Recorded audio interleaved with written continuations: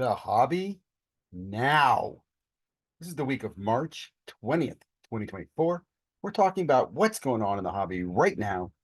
And in this video, we're going to be shouting out a lot of cool, interesting channels and stuff that you probably would be interested in, and you just might not have come across these channels yet. That's the main focus. I'm going to hit on the main topics of the show today. Appreciate you come by, like, comment, subscribe. Again, we're being here every Wednesday night, recorded. We'll be live tonight, earlier probably, with Michael Ham talking about breaking. Quick shout out to Steve's giveaway. If you're not following Flipping Steve, follow Flipping Steve. You can win a chance to the National, sponsored by yours truly and 11 other crazy content creators. US Patriot did an excellent breakdown of the Dallas Card Show, the best breakdown. I'll share that. Why are there so many teachers? I keep bringing this up. I'm going to keep bringing it up. Why are there so many teachers in sports content creation?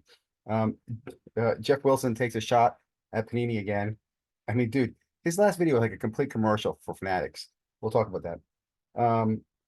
Valuation of hot cards and cards fading in cases. Two really interesting videos from two new content creators. Write this down or go Google it, look for it on YouTube. Trading Card Values, great channel. And 44, number 44, apostrophe S, Sports Card Collection. Sports Card Dad and Investors. Think cards are long-term investments. We'll talk about that. Most of you already know this. Oh, that's part of the earlier stuff. Eric, did you guys hear this breaking news? Eric, the dude from Collectible Gurus, he sold out. He sold his account and everything. He sold it out. Sold it out. Sold out. I applaud that. I think it's amazing. Think about that. In today's world, your kid can come to you with, Dad, I'm going to get a bunch of followers. I'm going to sell my channel and retire. And you look at him and go, that's fucking stupid, son. Get out there and get a real job. Cut your hair and get a real job. But the reality is they could actually do that. They got, they get enough followers. And I mean, next hot fad that comes around, dude, just get a lot of followers, sell the account, make a lot of money. I'm going to talk about PSA submissions and the new app. What else do I have here? I don't know, it's something else up here. And I'm sure a couple other topics will come to mind as we roll in this. Again, thank you very much. I really do appreciate everybody being here. Let's start the show by talking about the Dallas Card Show. Now, I got a lot of great, interesting reports on Dallas Card Show. I think somebody did a video about maybe there's too many card shows, a junk wax card show error. I think it's what Sports Card Dad did one day. It's funny, someone referred to Sports Card Dad, and it was on, I think, David Adams' show as news, sports card news. That scares me because I do not think of him as news at all. I think it was like vlogging, like he's giving you his experiences, but he's not a news source at all. Sometimes his news is not even accurate. But anyway, he's talking about, too many card shows. I heard Dallas Card Show. A lot of people say the repackers are there. It's not the same shows. I haven't been to these, so I'm not going to pass judgment. Here's my discussion for it. I really like US Patriot sports cards. Just check him out. He talked about his experience there with his son. The son went there selling and dealing cards. He was there selling and dealing cards. And then they bought a box where they hit a phenomenal card. Now, again, that's me. That's the breaker part of me. The part of me that loves ripping wax. It's the gambler. And man, what a phenomenal story. So I do encourage you to check it out. But again, I'd also say he does a great video talking about his trades, what he's traded there, what he saw going and coming and going, what valuations are going on there. He's a Luka collector, Patrick Mahomes collector, very, very smart slab collector. One of the smartest slab collectors I've ever seen, to be honest with you. And what I mean by that is I don't see him, I'm sure he does raw to grade, but a lot of his deals are him buying and selling and trading graded cards. And I just big fan of US Patriot Sports. I mentioned this too. He gives a great story, a personal story about it, and it's on this channel, so it's not like it's private, about him as a teacher and getting a chance to coach his son, which is just absolutely freaking warms my heart. But it made me think to myself, another teacher. And I was thinking of this, there's got to be, somebody should put together a list. I don't even know if teachers even care. If I was a teacher, I'd want to all get together. But the national, there should be like Sports Card Teachers Conference. Or can we do more at the teacher level for the kids? I mean, that's what I'm thinking. That's why I'm excited about this. We have so many teachers involved in sports cards. The guy, midlife sports cards, teacher. A crosstown cardboard, teacher. Isn't the dude Junk Wax Hero? I don't think he's a teacher. I don't think he's a teacher. I could be wrong on that. But again, tons of teachers. So I would love for them to get together, and I don't mean physically, maybe in a Discord or something like that, social media, and share ways on how we could get together and help kids in these different schools. I'll tell you, for example, and I'm not going to tell you, but I like to help these organizations privately. I would like to be able to send to one place where I know it can be distributed with a bunch of teachers who are helping a bunch of kids. And I'll leave it at that. I think other people probably feel the same way. So I do think teachers out there, John Newman, teacher's assistant, New York. He's on Sports Card Nation. God, more of them just pop up as I think about it. There's Sports Card Teacher already. He does class dismissed. Excellent, excellent content. Really like his channel, dude. Oh man, class dismissed. I love that one. Class dismissed. Um, so this week Geoff did an opening of the Diamond box. I think it was Diamond box, definitive box of Tops. And I'll be honest, I'm not a Tops expert on the high end stuff. I did find a few things interesting. Geoff promotes this box, and boy, he is bragging about how many hits are in this box, how great this box is. I really wish he'd done a valuation. Like before, let's be honest, Geoff, a few years ago, a Sports Card Investor, you would have a little valuation of opening the box, how much did I make from the box? This time, you not once did you mention that. Part of the reason is why you are now in the business of peddling the drug itself. You're not buying the drug and using the drug and reporting back to us on how good the drug is. Now you are selling the drug. See what I'm saying? That's totally it. I know you got to do what you got to do. But in this commercial for Tops, he starts off by comparing this. I really think this is better than Panini's NT and Flawless. And I wanted to just spit out my Cheerios. Like, dude, don't even go there. Let the people decide that. Why would you push that in the people's narrative and their mindset? It really irked me that he did that. Anyway, go watch the box yourself. I thought it was crap. I didn't see anything that's really worth a lot of money, in my opinion.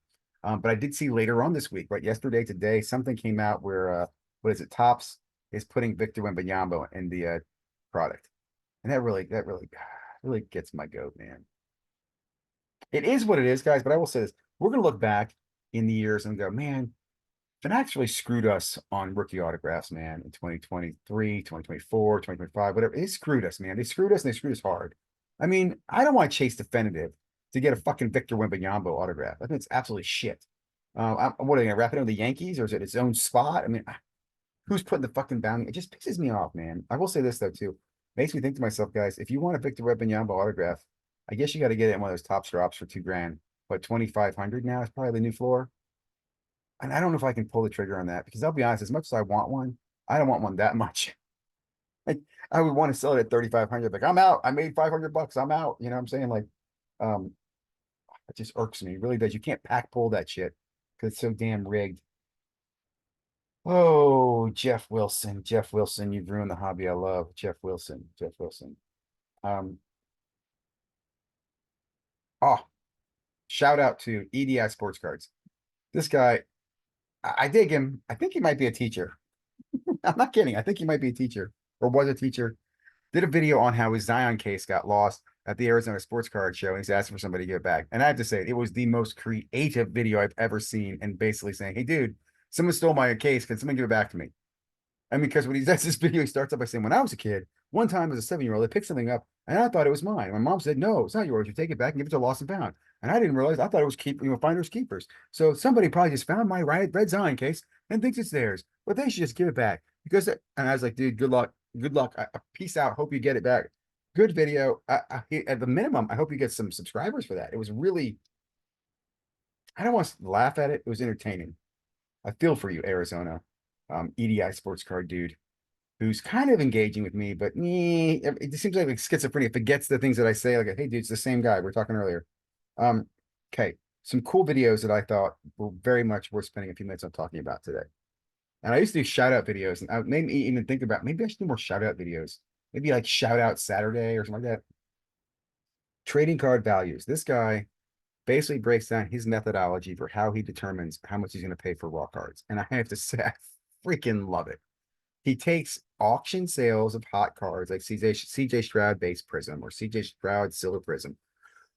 He's not doing the gold 10s who don't have a lot of sales. He's looking for sales volume, auctions closing with bids, so you get better market value. He takes 30 of those, he ranks them, rates them, and he creates this red light, green light, yellow light system of how he buys cards. And I'll just say this: it's definitely worth looking at his fucking video. Okay, sorry for the F-bombs. I just maybe I have a little bit of a headache, and I think you should be watching this stuff. And besides, come on, it's me. Trading card values, very, very, very good. I like him. I like sports card analysis, breaking down the breaks and the hits and breaks. Another good video or content creator. Don't forget chasing majors, putting together checklists and pop counts or print runs. I apologize for blowing someone's ear out right there. Um, Another video I saw today, and it was today, I think, card fading video. This was breaking down the 4 or 5 different cases, I think like BG, not B, BVB. I can't remember which ones. I don't want to say the wrong ones. In fact, actually, I can tell you which ones are on there. It was BCW, Ultra Guard, Ultra Pro Rookie Card, and Pro Mold. All 4 of them are broken down and which one gives the best RV protection. And here's what I liked it. He had scientific proof. It wasn't like him throwing the card in the air and guessing because of the refraction of the prism of light. He actually had scientific proof on how he determined this. It was really, really good. I recommend. I just think, dude, somebody spends so much time putting together a video and doing that much research. You should give him a shout out. That should remind me of another one. Sports Card once again did an excellent video breaking down, I want to say basketball prism refractors, all the different color refractors. One video, all 63 refractor in one place. So you get one, you want to see one, look it up, go check out Sports Card once again. There's an excellent video on that. Back to the channel here. Sports Card fading video. The channel is called 44. That's number 4, apostrophe S, Sports Card Collection. I will try to leave these links in the thing below, because these guys are good content creators, and you guys should be going out checking them out. Card fading, and this brings me to a point. Made me think to myself, oh, did I have this on here?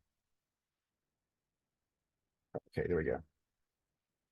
Made me think to myself, if you were sponsoring a product that you found was inferior and doing damage, would you want to know that, or would you want to just be kept in the dark? I'll just leave it at that. Next on Sports Card Dad and Investors. I heard many different. In fact, I saw this video that Sports Card Dad did about the boom, how it went up like this and down like this, and he points out like this. He's basically, I think, comparing like the Topps card, this card, 4 cards. He's like, still, if you bought in 2018, you're still doing well. You're up 4 or 5x from where you are back then. I thought to myself, and I responded to him, yeah, the problem with that is, though, if you bought in 2018 and you honestly have this card, were you in a coma for the last 3? Like when it was going up, were you sitting there going, no, I'm waiting for it to get higher. No, I'm waiting for it to get higher. No, I'm waiting for it to get higher. and never sold. And then as it's coming crashing down for not 1 year, but for years of coming down, did you sit there going, oh, it's going to rebound. Oh, it's going to rebound. Oh, it's going to rebound. So are you like really a good investor or just an idiot? Do you know what I mean? Like, honestly, I think if you have those cards, now, pardon me, I should take a step back. I get flamed like a motherfucker right now. There are collectors who have it in their collection who did nothing. They didn't care. They didn't hold the card for value. Absolutely agree. But again, this is Sports Card Dad giving us an investment advice, and at like 9 minutes in the video, he goes in this whole tirade about the market and interest rates and all this. He goes, personal finance dad on us again. You guys remember personal finance dad back in 2020, 2021. I think 2022 is when he made the change of it. I'm like an elephant. I don't forget shit. Anyway, here's a comment he makes. If you're in from 2019, you're doing well. 2019, again, like I said, what have you been doing since 2019? I've been in since 2019, but I've been selling. I can probably say I did not buy any cards in 2020, 2021, or 2022 that I regret owning. Everything I bought, I sold. And most of the time, all I did was selling. I was just selling. Selling, laughing and selling, ripping, selling, laughing, selling, breaking, selling. It was a fucking great time, man. But I was selling, always selling. And selling is a skill. You have to believe it will come back. This is another one. If you're a long-term investor and you're buying now, he said this. So you're buying now, right? You're buying up, but you're putting it for 10 years. You have to think about the last 10 years and how if you look forward 10 years, you're going to be up. And I would disagree with that. I absolutely disagree with that. In fact, I'm going to tell you this, guys. I'm going to tell you a secret right now. Most of us know this. In fact, even those, everybody knows this after a while. You come here all drugged up on this. It's a hobby. I'm living nice nostalgia from my childhood. I'm collecting what I love. But here's the deal. Cards lose value over time. This is almost a law. Okay. It's a strong fact. There are a few rare exceptions. And boy, we emphasize those rare exceptions. But when you look at all the cards made every year, the rookies, the printed, whatever it is, cards lose value over time. And even those value ones might be worth a lot at one point, but over time, they decay. Okay. But here's a dirty secret that they don't tell you in the hobby. We, the hobby, enjoy sadistically, in a dark sense, somewhere in the back of our head, we enjoy selling a card knowing it's going to go down. If you don't believe me, think about this. How many guys tell you to buy the dip?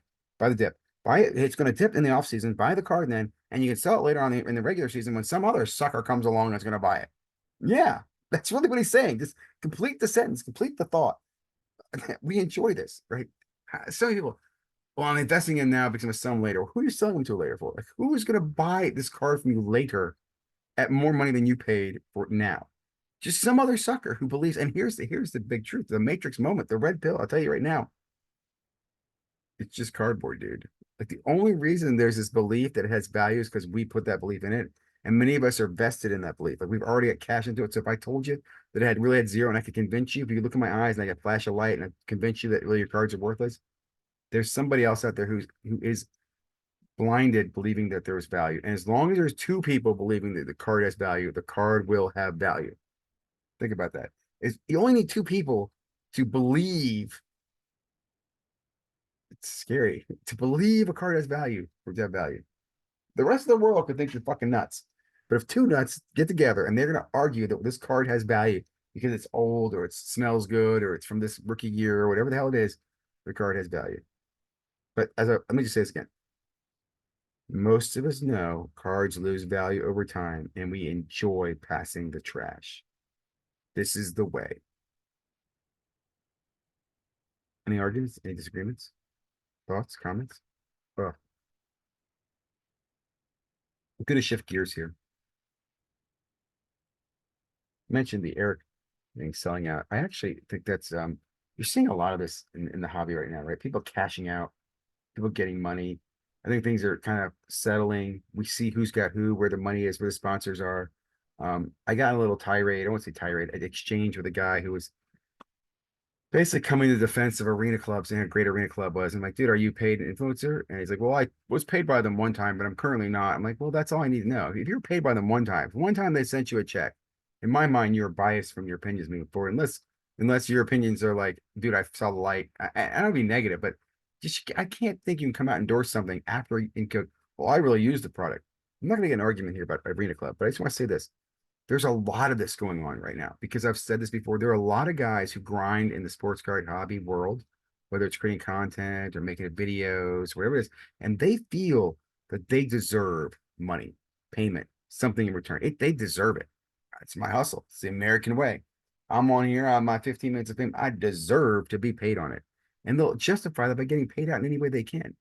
And a lot of them take advantage of people, in my opinion. That's where I will draw the line. The Eric, and I don't have the details, but Eric's selling, and I forget his name. I won't say Whiteback, but I don't say it's the wrong name and come across the wrong collectible guru, which I've given a lot of crap to. I admire the way he built his channel. I mean, I didn't know who the hell he was. He built it to like what, a couple 100,000 subscribers or whatever the hell people, suckers like myself, would follow him. And I mean that in a nice way to all of us out there who follow him. Because you do get good information, good insights from him. But him selling, I'm not surprised. Like I said, not surprised. Also mentioned real quickly, I really enjoyed listening to Robel talk to Geoff Wilson about all the chaos in the hobby. And Robel's opinion on the whole wiping down of cards, he even said what Kurt was doing with restoring the dimples stuff. He didn't kind of see any problem with that. You know, like a card coming pack pulled isn't its final card.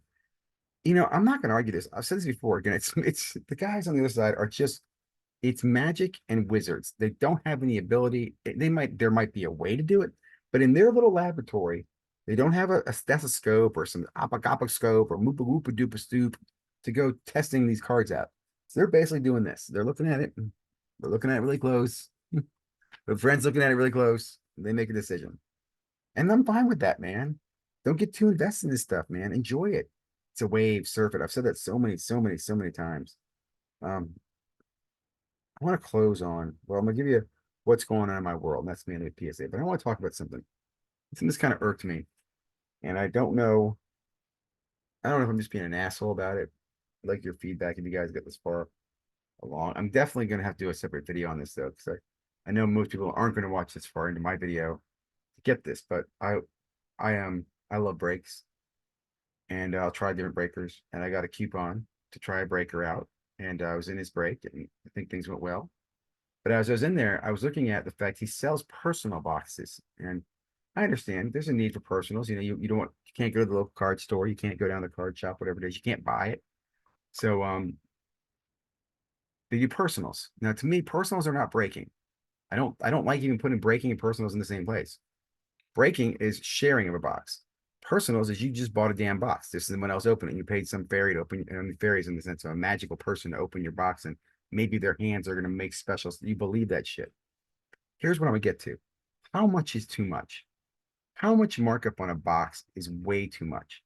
Um, I know, for example, the Connor boxes are going, for a certain amount, but the market's keeping them in check, right? I think 45, 50 bucks for a blaster, because that's what people are paying for it, right? But what when you're in an ice cream store and unknown to you, they're selling brownies, and the brownies that you think are like a good brownie are like 10x what a brownie would normally be. Because like a brownie's only $3 at the bakery. Here at the ice cream place, they're charging you $30 for the brownie. Don't you, when you call it out, I'm like, dude, what's with this brownie being 30 bucks, right? Let me get to the point here. There's a breaker, and I'm probably gonna do a video on this, who's selling Prism Monopoly boxes, which are retail at $29. And right now, if you buy them in the stores, buy one, get one half off. So they're basically $23 a box, $23 a box. He's selling them as personals for $105 a box. $105 a box. And I'm watching people open them and get smoked. And I'm like, dude, this is awful. This is terrible. This is gonna put a bad taste in your mouth, makes a product like crap. And what idiot, and listen to the breaker. Oh, what a great purple. I like these purples. Oh, purple shiny. I'm like, oh my God, it was awful. It was criminal. It was sad. It's depressing. Um, is am I wrong to call it out? Like, I think it's awful. And here's the reason. Is this breaker is sponsored by many content creators right now. And I don't think the content creators care. I don't think they know. I don't know if they knew, would they care? I just think it's awful. I think it's just dirty pool. And when I see something like that, right, for myself, when I see you're charging 4, 5x what a product is at the retail store, which is still currently available, by the way, what the hell are you charging me for stuff I don't know, right? How much is the pack that you sold me for $10? Was it really a dollar pack? You know what I'm saying? Like, dude, that's just brutal. Anyway, what am I doing? What am I doing? What am I doing? Well, I tell you what, I've really enjoyed the show I'm doing with Mike Ham on breaking. We talk about, breaks we're in, breaks we're seeing, cards we're in, cards we're buying, stuff like that. And I really enjoyed the show I'm doing with John ERB Sports on basketball and sports and the hobby. So that's been really fun last few weeks. Doing those every other week keeps me once a week doing a show. Um, Families, I guess, tolerating it right now. Um, in my personal life, I have started subbing directly with PSA. I was going to probably do a separate video on this, but I did directly sub my Connor card. I sent it in at I think it was the $99 for the one card I paid, which means I should get it back in 10 days. I'm praying for a 10, expecting a 9, praying for a 10. I then also subbed 22 Prism Monopoly Wembayama bases. At the time I subbed them, they're going for roughly 60 bucks, 70 bucks PSA 9s, and over 100 and something in a PSA 10.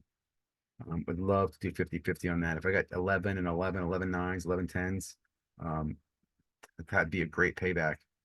Definitely put some money into Monopoly and to get some of that back with those base Prism Wembies. I'm all for it. After I got those two submissions in, I then used the PSA app and did a third submission, which was a mixed submission. The other two were very easy. It's one card, very easy. Second was one card 22 times. You just did it 22 times. So very easy submissions. The third submission I put together was 47 cards and dropped that puppy in. And I wanted it to be, originally it was gonna be 30. I was like, no, I'll do 40. Then it was 45, and 47 made it in. So I have a lot of cards I just sent out at PSA. I still have probably 100 cards at PSA via my subber. So I've probably got 200 cards at PSA now. Is that right? 40? No. Probably about 150 cards there at PSA now. And I'm really gonna turn the engine on. Now, I mentioned this, and I'll say this too. Nothing I'm doing is magic or secretive. And I also realize a lot of other people are doing it. So I am very cautious that we could see another crash in the sports card market. I don't know when, but I definitely think there's going to be a period of time that we are not going to expect where people are going to be complaining about a recession, like in the whether it's shows will dip a lot or prices will dip a lot. Something is going to happen in the next in this calendar year between now and January of next year. Um, could be election related. That concerns me. So that's it. It's October. No, it's October. It's March 20th, 2024. Like, comment, subscribe. Thank you for watching. Appreciate you.